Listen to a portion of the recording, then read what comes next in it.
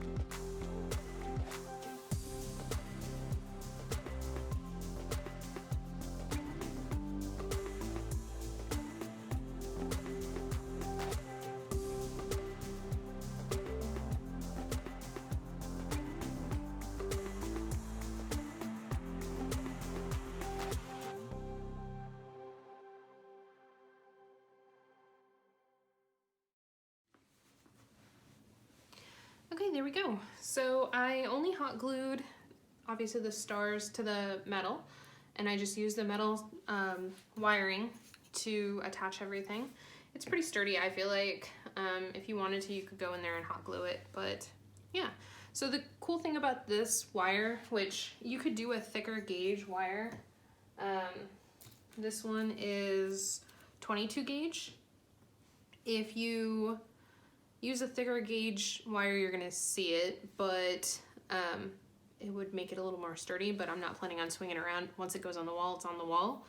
The other cool thing is, you know, you can like position it however you like, depending on where you put it. Obviously, I'm looking at it from an angle, so once I put it up, I'll probably mess with these things. You can push them, pull them, move them however you want, rewrap it. But I'm really excited about that because I have this, which is how I'm probably gonna display it, which I tied in the glitter. But since it has the candle holder in it, I got these from the Dollar Tree. It's a 2-pack of red candles, and yeah, so that's the alternative. Now, if you do get a regular hoop, like an embroidery hoop or any type of large hoop that you want to use, you could hot glue a candle holder in there.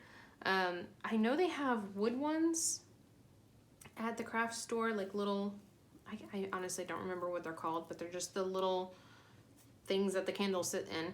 You could hot glue it to this and make it a candle holder. Obviously, if it's wood, you're gonna want to not use flame in it, but you wouldn't want to put flame in this anyways if it's going up against a wall. If you're just hanging it, just free hanging it, then you want to be careful with any actual open fire too. So yeah, there we go.